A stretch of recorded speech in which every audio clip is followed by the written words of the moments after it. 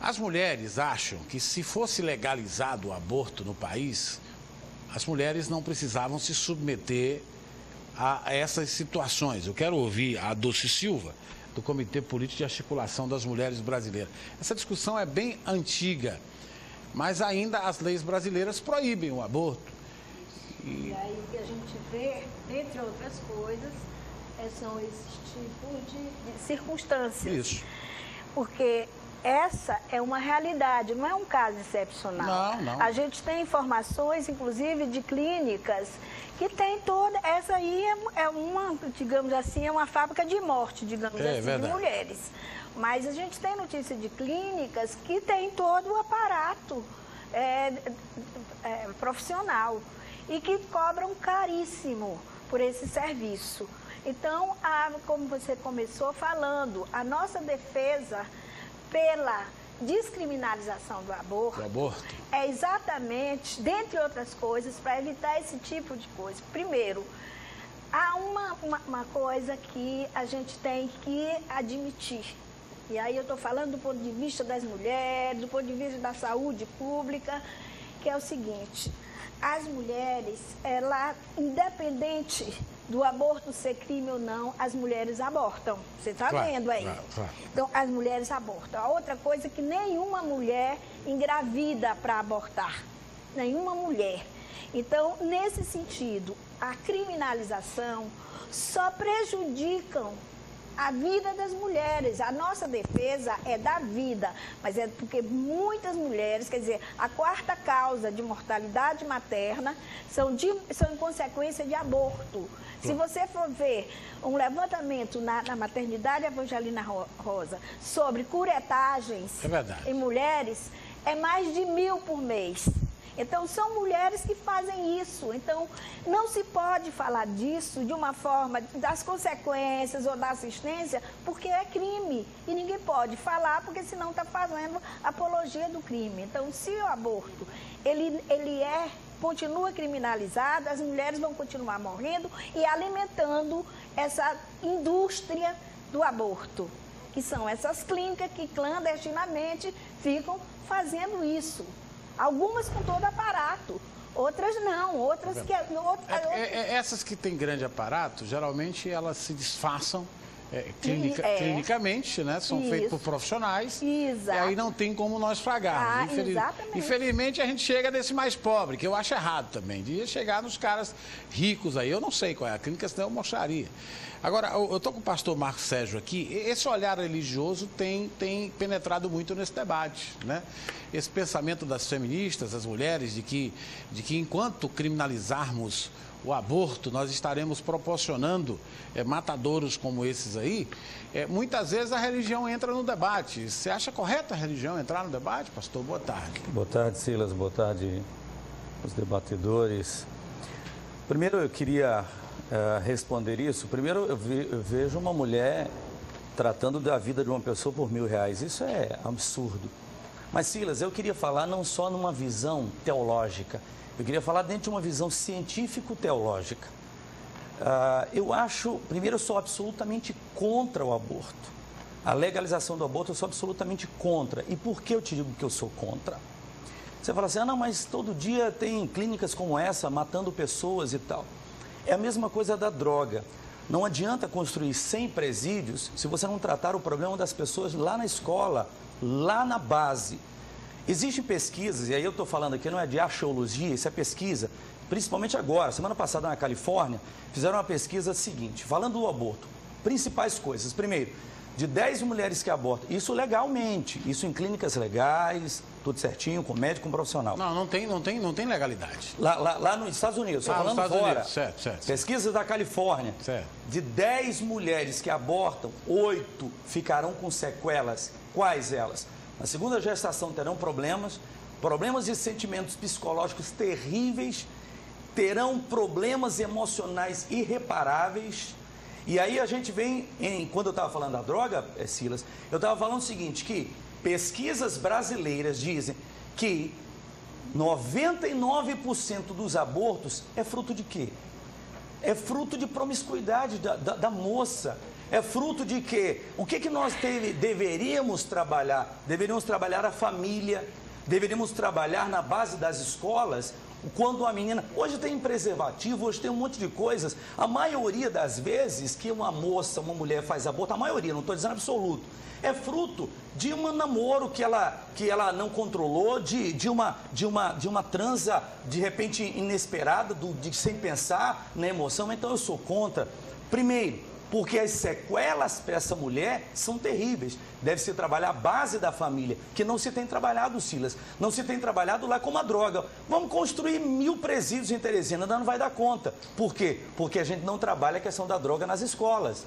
Aí é muito fácil, legaliza o aborto e aí a pessoa começa... Você sabia que quem controla o passivo na gestação, Silas, não é o bebê, é a mãe. Qual é a diferença entre matar uma criança e pegar um revólver e matar uma pessoa? É que a pessoa que foi morta, ela come arroz e feijão, a criança não.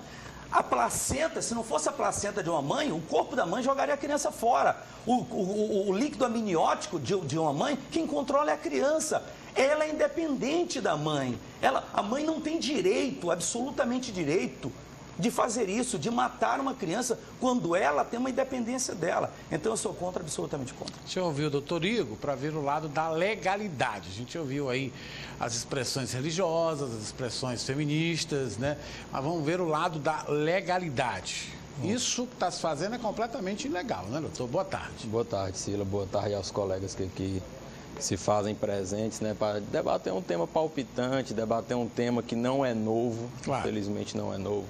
Já é um tema que existe aí na sociedade há muito tempo, mas juridicamente a lei, né, no seu artigo 128 do nosso Código Penal, ela prevê a possibilidade do aborto em 2 casos, certo? Ela prevê a possibilidade do aborto quando essa gravidez ela trouxer riscos à integridade física, quando ela trouxer riscos à vida da mãe, no caso da gestante. E ela também permite o aborto no caso quando a mãe ela sofreu algum tipo de violência, quando ela foi estuprada. Então a mãe ela também tem essa possibilidade em recorrer a esse aborto, mas fazendo isso procurando uma clínica legalizada, procurando um meio jurídico, procurando um juiz, procurando uma delegacia, fazendo isso de uma forma totalmente legalizada. O que é que a ordem é contra, e não só a ordem, como acho que a sociedade? A questão dessas clínicas clandestinas. Existe até um estudo por parte do Ministério da Saúde que ele relata que cerca de 200 mil pessoas, 200 mil gestantes fazem abortos por ano no Brasil. Entendeu? É um número alto, é um número altíssimo, e que a ordem, não só a ordem, mas existem várias outras instituições.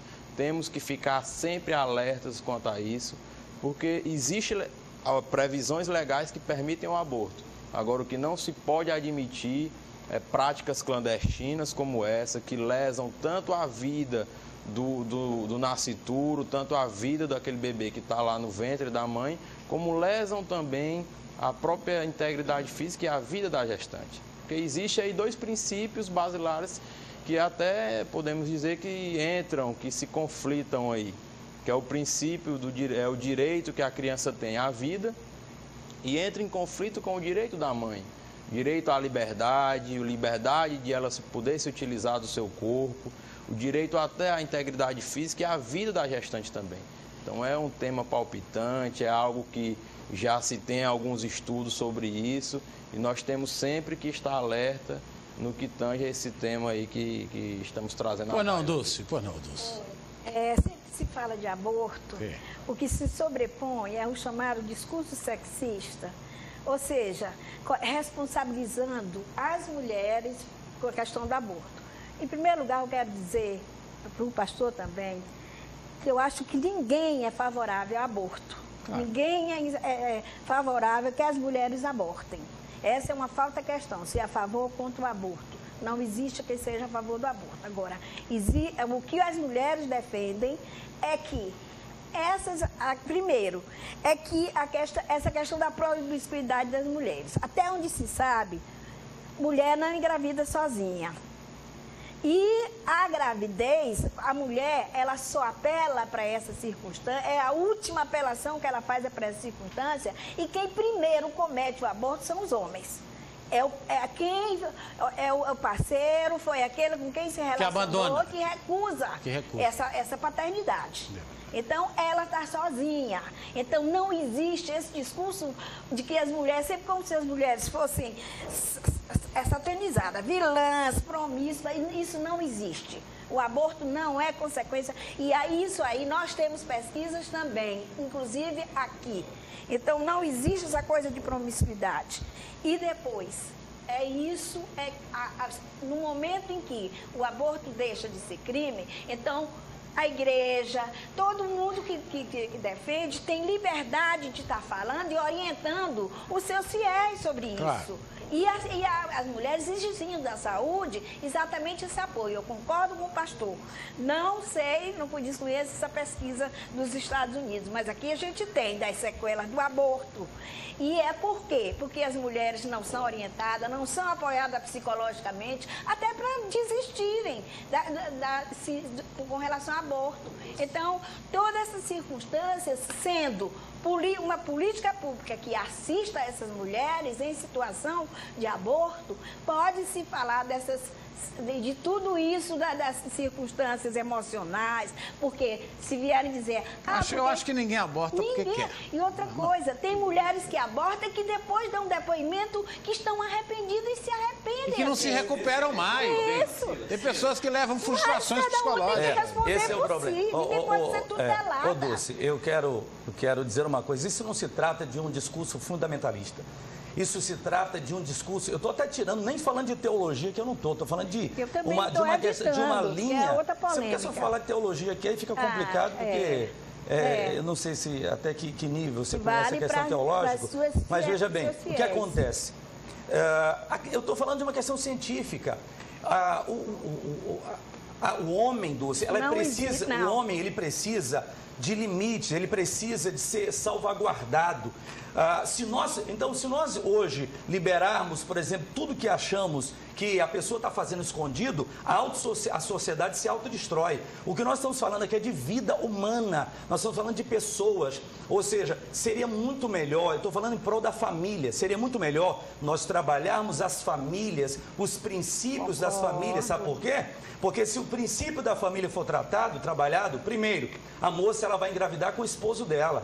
A moça ela vai ter uma gravidez trabalhada e pensada, porque essa questão do aborto, ela gera uma série de problemas, ela gera uma série de dificuldades, não só para a saúde de quem aborta, mas ela gera sequelas nessa mãe profundas. Pois não, pastor, eu volto já aqui à mesa, deixa eu mostrar uma reportagem agora sobre justamente esses riscos clínicos que se submetem às mulheres quando buscam um aborto, principalmente em clínicas clandestinas.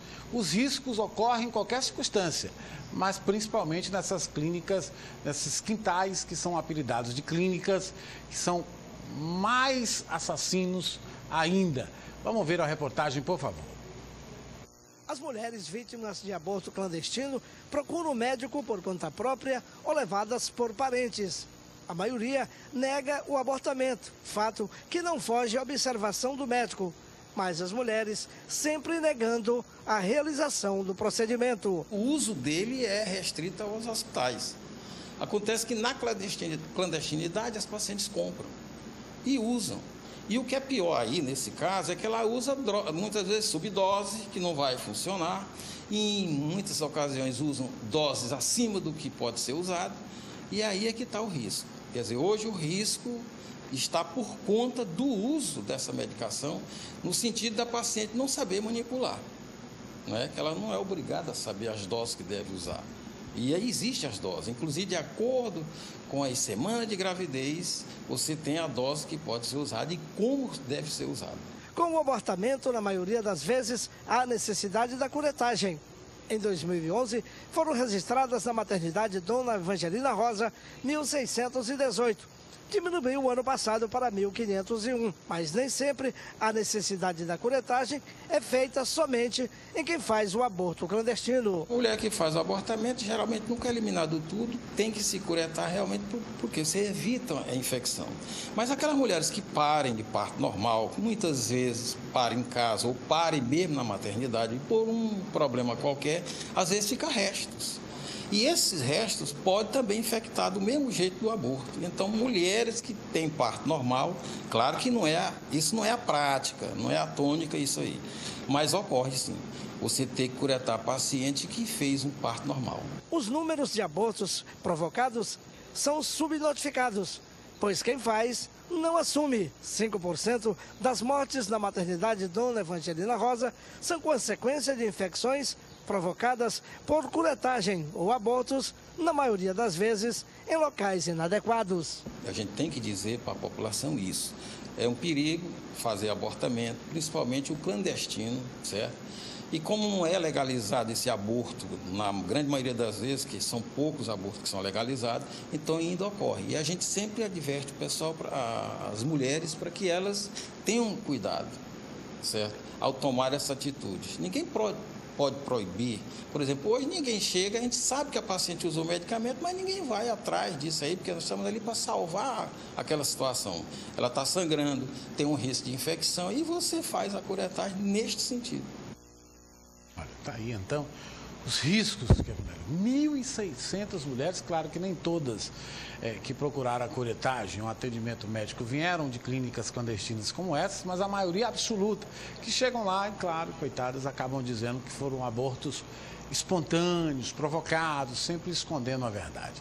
A nossa reportagem com Pedro Borges teve acesso à senhora que intermedia ou faz os abortos. Pelo menos deu a impressão que tanto ela negocia como participa da ação do aborto. O Pedro Borges conversou com ela. Ela, inclusive, quando se viu descoberta, ofereceu uma propina à nossa equipe de reportagem. Detalhes, por favor. Num primeiro contato com uma câmera escondida, uma produtora se passou por uma mulher interessada em realizar um aborto e gravou entrevista com Neuza Maria, apontada como sendo uma das responsáveis por este tipo de crime em Teresina. A conversa inicia com a parte em que ela fala sobre suas experiências. Deve pesquisar na internet, sobre um negócio de aborto, é difícil, diz que a pessoa morre. Não faço isso não, isso da sua cabeça. Eu não entendi. Eu não aconteceu lá comigo, não aconteceu com você não. E a senhora já fez? Depois, elas marcam o local onde será realizado o procedimento. Como é que eu faço para chegar? Não sei. Não, eu vou com você, vem aqui. Eu vou embora com você. Tem para marcar o horário, não tem marcar dela, tudo deixa aí descansado. Você marca o horário amanhã, 8 horas ali na praça, ali. Feito isso tudo.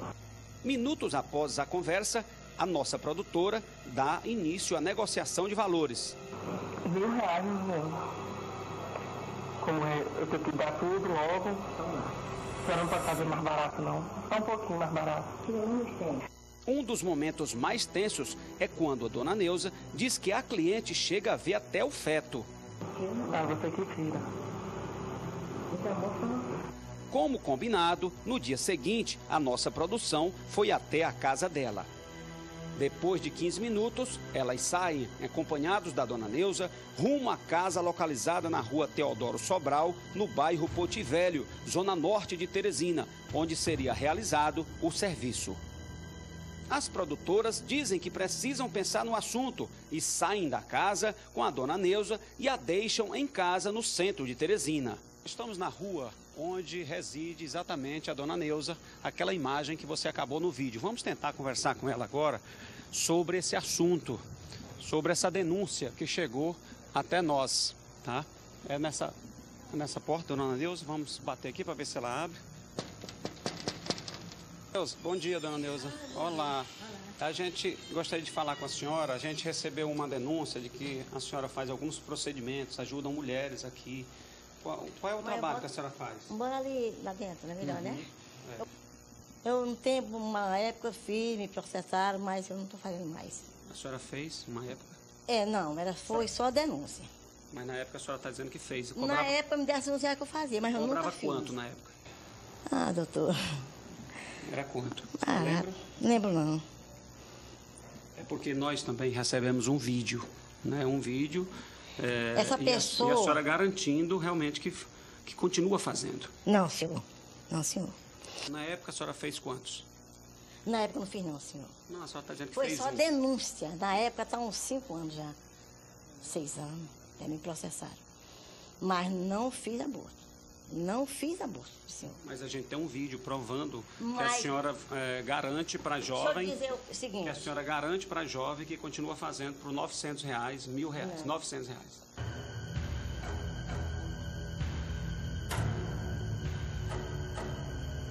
Um trabalho novo, né? Uma palavra nova da senhora. A senhora afirmando que continua fazendo. Não, faço não. Eu enganei elas. Eu já sabia tudo. Enganei ela, não faço. Como assim que a senhora enganou? Eu sabia que ela era da minha nossa, sabia? Eu levei, eu dei com ela, não faço. Pode procurar minha casa que não tem nada. Com mulheres querendo fazer aborto, esse procedimento? Chega, muito. Elas dizem. Que quer tirar, que quer separar, não está separado do marido, que não. Que está grávida. Eu faço aqui, se der certo, está resolvido o problema. Porque, Dona, se você fizer assim para mim, eu concordo. Se você disser, eu concordo. Na mão de vocês 3. Tenho. Eu ganhei hoje do rapaz, foi 5 mulheres.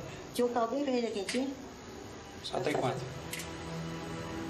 Eu tenho, meu Deus, 100, 300 reais. Eu ganhei hoje, é do baralho. R$100? Não, 300 reais. R$300, já ganhou hoje? Já ganhei, graças a Deus. Graças a Deus. Não vou nem entrar disso agora. É você dar uma coisa. Tá aqui, tá aqui, vou lá dentro. Torcedor de bom coração, mandou jogar no carga. Ela ofereceu os R$300 que tinha ganho hoje para a nossa equipe de reportagem. Dá um jeito de dar uma abafada. Eu pergunto ao doutor Igor, eu fico com pena de uma senhora dessa, viu? Sinceramente, me dá dó ela ainda praticando isso, desta idade, né? Doutor Igor, ela pode ser criminalizada por isso. Com certeza, Cila, com certeza. Aí ela pratica não só um crime, como aí, se a gente for parar para observar a conduta dela, ela pode ser criminalizada, pode vir a responder, sim, processo criminal por mais de um crime. Questão do mantimento desse estabelecimento aí clandestino, onde pratica e já praticou, como ela já disse, que já foi procurada por várias mulheres para fazer esse tipo de aborto. Ela pode ser criminalizada pela prática e justamente do suborno, né? Ela ter tentado comprar a equipe de reportagem para tentar de alguma forma inviabilizar que essa notícia chegasse ao meio social. E ela vai ser responsabilizada aí o Ministério Público diante dessa denúncia aí que fez apurado no caso por alguma delegacia. O Ministério Público, o representante, o promotor, ele vai estudar mais profundamente quais foram as atitudes ilícitas dela e vai estar colocando aí certamente na denúncia. Doutor, quando se encontra um aborto com feto, vão buscar a mãe inclusive às vezes é até detida, né? Claro. É detida. Acho que aí é onde entra a pergunta da Dulce, muito telespectador está perguntando aí. Por que não o pai ser criminalizado também, né? Se procurar identificar o pai para tentar criminalizá-lo também. Só a mulher também, eu acho que é um pouco justo. Aí, nesse caso, a lei, sim. A lei é que positiva, é isso? Né? A lei é clara, quando ela diz que, inclusive, os próprios médicos, eles podem ser responsabilizados no caso desse aborto, entendeu? E no caso de se poder ou não fazer um aborto naqueles 2 casos que eu citei, existe até uma reforma, um projeto que está tramitando aí no Congresso Nacional, no que tange a reforma do nosso Código Penal, e um dos artigos lá, uma das matérias que é tratada, colocada como tema de alteração do novo Código Penal é justamente essa questão do aborto, em questão em ele limitando a quantidade de semanas da gestação, ele colocando que a gestação ela pode ser feita até a 12ª semana de gestação.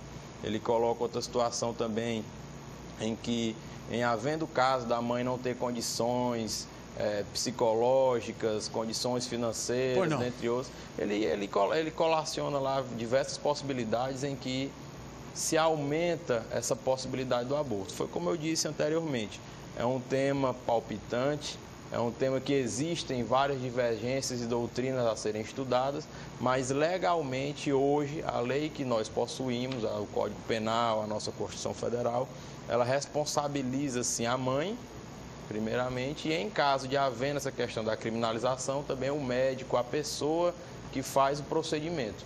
Então, é algo que nós temos que ficar atentos, a sociedade tem que ficar atenta, para que a gente também possa dar uma resposta plausível, uma resposta concreta para a sociedade. Pois não, doutor.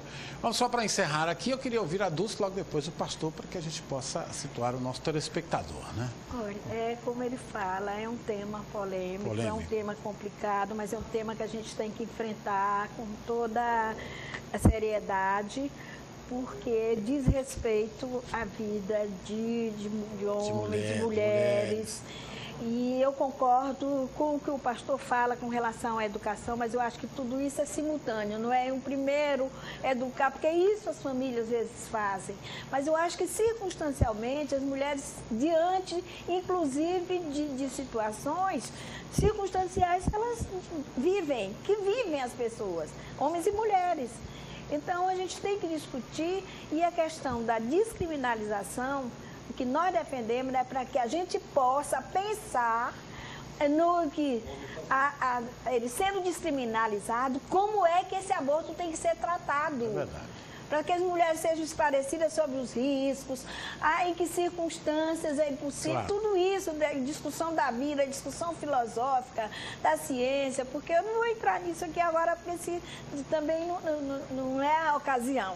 Mas não, a gente tem esse debate também. Não tenha dúvida, tem que ser feito. Isso. Eu acho que está na hora do Congresso encarar isso e fazer esse debate. Não fugir do debate, como foge há anos, né? Pois não, pastor? Bom, eu quero primeiro agradecer a você a oportunidade de estar trazendo um debate como esse, tão sério, que a sociedade realmente precisa saber.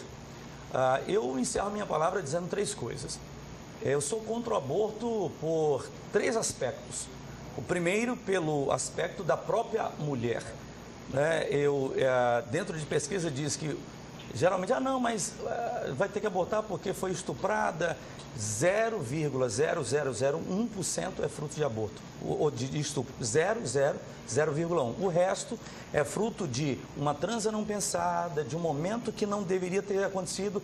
E outra coisa, a pessoa, Silas, tem que se responsabilizar pelo que ela faz. Ou seja, é muito fácil. A mulher, eu transo aqui sem imaginar, porque é um momento, e aí daqui a pouco eu jogo o menino fora. Isso não deve acontecer. Cada pessoa tem que se responsabilizar pelo que faz. Ou seja, você foi para a cama, você transou, então você tem que saber que você pode ter um filho. Engravidou? Então Deus vai te ajudar, você vai ter que assumir a tua responsabilidade. Então, primeiro, eu sou contra pelas sequelas que ficam na mulher. As mulheres vão ficar com uma série de sequelas. Segundo, porque falta educação nas famílias. Se as famílias forem educadas, elas então trarão uma visão totalmente diferente. E a terceira, encerrando, a teológica, que Deus chama o feto, falando no Salmo, ele chama o feto ainda com um pronome pessoal. Então Deus olha para o feto lá dentro como ser humano, e eu não tenho o direito de matar ninguém. Então fica a minha palavra, você que está me ouvindo agora, que quer abortar, faça isso não, minha filha. Deus vai te dar a condição de você sustentar e criar, e as sequelas não vão existir sobre a sua vida. Eu penso que essa palavra minha, para você, possa, de repente, fazer com que você volte o contrário do que você quer fazer, que é abortar essa criança. Senhor.